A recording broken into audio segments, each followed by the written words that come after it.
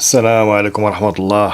إخوان كي دايرين؟ صحة لاباس؟ نتمنى تكونوا بخير وعلى خير إن شاء الله. رغبة لبعض المشاهدين الكرام والعائلة ديالنا طلبوا منا إعادة ديال التقديم ديال هاد اللوبان الحر أو الطقش المغربي كما كيتسمى، ونعرفوا على الأثمان ديالو الحقيقية في السوق الإخوان، ونعطيو طريقة ديال التجربة ديالو كيفاش غتعرف عليه غير عندك في البيت الإخوان، يعني غير في المنزل ديالك تقدر تتعرف على اللوبان المغربي او الطقش المغربي ولا كما كيتسمى باللوبان الخارق. وبعض الاستفسارات اللي جات عند بعض الاخوان الاعزاء.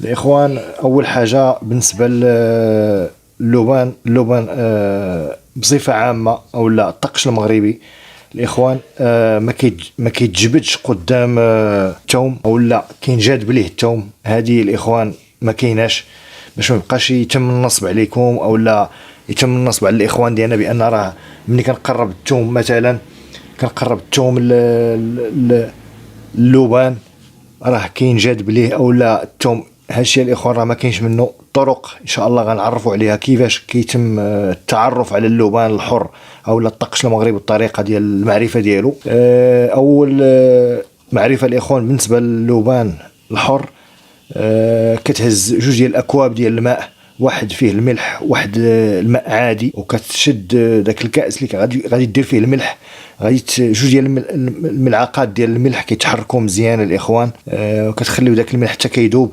وكتلوح فيه هاد اللوبانه. الا كانت حره الاخوان او الا كان خام راه كيطفى فوق الماء، يعني اللوبان الحر في الماء المالح كيطلع. ثاني حاجه الماء العذب او الماء الحلو راه ما كيطلعش فوق منه اللوبان الاخوان، او ما كيطفاش اللوبان فوق الماء، بالعكس كيبقى في التحت ديال الكاس. هذه هي التجربه او الطريقه ديال المعرفه ديال اللوبان رقم واحد. رقم جوج الاخوان، كتهز اللوبانه، كتشد واحد الطرف ديال يعني كما كيتسمى الطرف ديال المعدن، كتحرقه بالبريكي او الولاعه او القداحه كما كيتسموها الاخوان العرب، كتسلط عليها النار يعني بواحد الدرجه كبيره، يعني حتى كتسخن مزيان وكتولي غير تقيس هاد اللوبانه بحال هاد الشكل. ما تجرحهاش الاخوان، ما تجرحوهاش بحكم كتخسر اللوبانه، غير كتدوز عليها غير بحال هاد الشكل، يعني غير كتقيسها وكتشم ديك الريحه ديال اللوبان كتطلع من هذا روعه. هذه هي الطريقه الثانيه رقم جوج. رقم ثلاثة الاخوان هي ديال الحليب. كنشدوا حليب يكون طبيعي الاخوان، يستحسن يكون حليب طبيعي ما يكونش ديال هادشي ديال البلاستيك، بحكم هاد الحليب ديال البلاستيك راه ما كيريبش او ما كيخسرش بالطريقه اللي كنعرفوا حنا، يعني كيريب. كتشد كاس كتدير فيه تقريبا واحد 5 سنتيم ديال الحليب، كتهز هاد اللوبان وكتلوحها فيه. تصور معايا الاخوان مجرد كينزل اللوبان ما كاينش 3 سوايع ولا 4 سوايع كما كنسمعوا عند الاخوان، يعني خصو يجلس ساعه ولا ساعتين ولا 3. بالعكس الاخوان بحكم اللوبان كيكون سخون والدرجه ديال الحراره فيه يعني كثيره وكبيره، ولهذا مجرد كتقيس اللوبان الاخوان 3 ديال الدقائق حتى ل5 دقائق داك الحليب كيخسر، ما كيبقاش حليب طري طبيعي، كيولي مقطع، يعني كيولي على شكل جبن في وسط من داك الكاس. هذه هي الطريقه الثالثه الاخوان. والطريقه مثلا كنتي في السوق ولا في اي مكان وبغيت تتعرف على اللوبان الحر بلا ما تكون عندك حتى هاد العمليات من هاد، يعني ماشي خصني تنديه للدار ولا كيفاش غنتعرف عليه انا في الدار، وبغيت نتعرف عليه مثلا بغيت نشري لوبانه وبلا ما يعني بلا المشتري غادي يعرفني بان كنعرف ولا ما كنعرفش. كتشد لوبانه الاخوان كتحكها في اليد ديالك، كتحكها مزيان حتى كتسخن وكتشم اليد ديالك راه كتخلي فيها اللوبان الاخوان، كتخلي فيها الرائحه. هذه هي المعلومه الرابعه الاخوان، وهذه يستحسن تكون هذه الطريقه قبل ما تشري، يعني كتكون في برا عاد كتستعمل هذه الطريقه. وبالنسبه للفوائد ديال اللوبان الاخوان نعطيو الاثمان بعدا. الاثمان ديال الاخوان، الاثمان شحال ما كتكون الحبه كبيره اكبر من هادو، الحبه خصها تكون الاخوان تفوق واحد 50 60 غرام. هنا ملي كنهضروا على 60 غرام الاخوان راه كتوصل الحبه من 100 درهم حتى ل 300 درهم، من 10 اورو حتى ل 30 اورو، من 10 دولار حتى ل 30 دولار الجرام الواحد. الاخوان الحبه ملي كتكون كبيره فيها 50 للفوق. هنايا كنهضروا على حبات كبار 50 غرام الفوق 60.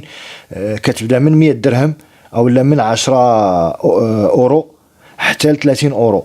الحبه ملي كتفوت الاخوان 60 غرام الفوق حتى كتوصل حتى 100 غرام، تما كيطلع الثمن الاخوان.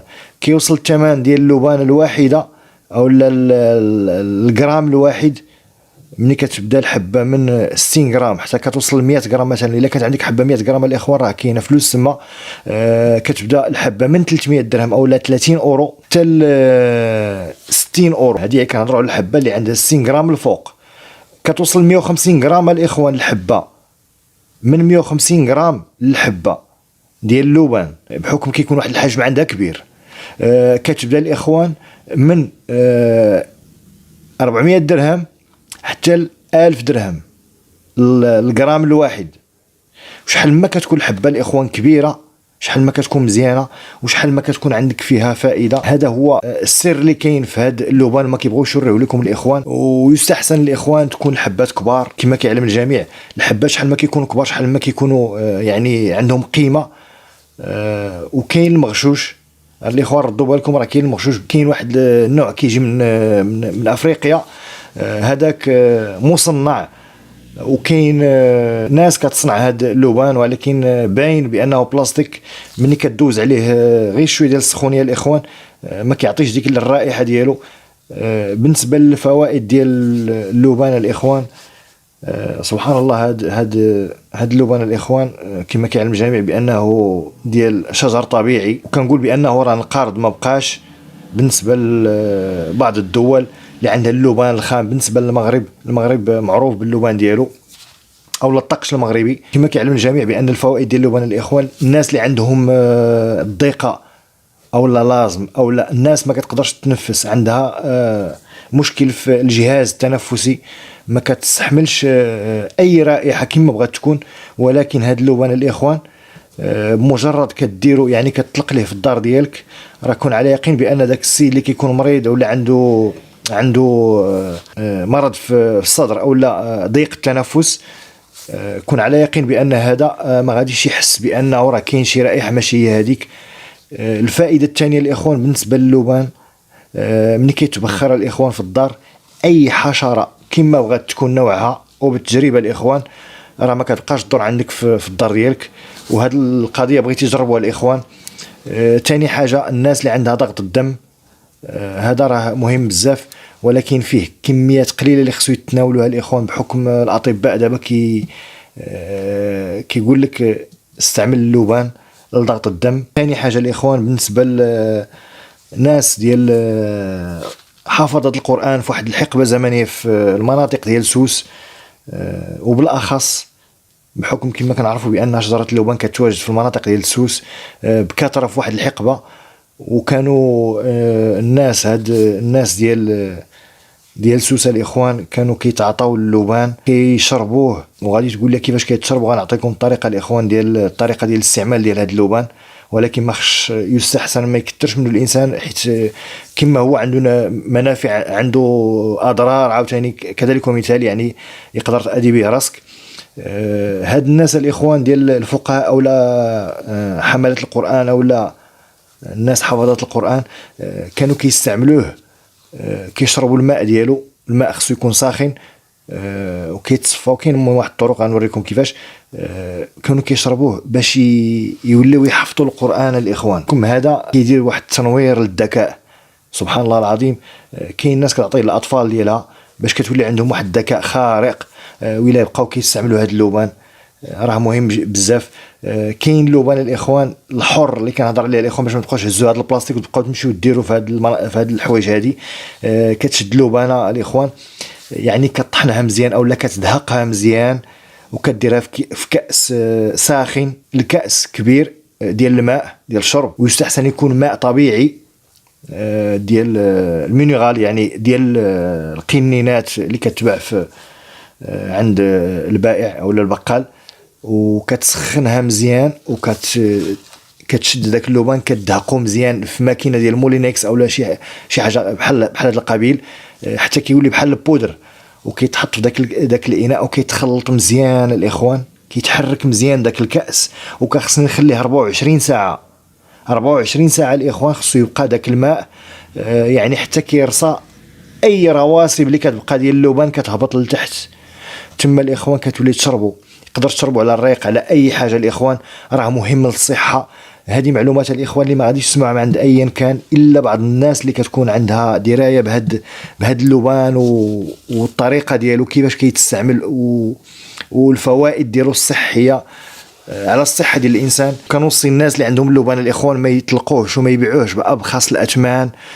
اللبان الإخوان ملي كيكون كبير راه عنده ثمن، ردوا بالكم. خليني نديك 10 دراهم كما كيحسبوا لكم الناس كتدي عند الناس اللي كتبيع الذهب، كتولي تحسبوا لك ب10 دراهم للغرام. هادشي الإخوان راه ما كاينش، ردوا بالكم من هذا راه تحفة نادرة وعنده مواضيع ما نقدرش نلخص. كاينه شي حوايج الإخوان باش نتطرقوا ليه، راه ان شاء الله غنحاول ندير 3 الاجزاء على هذا اللبان والتعريف ديالو والعلاقه ديالو ما بين حفظة القرآن والمناطق ديال سوس ان شاء الله باذن الله.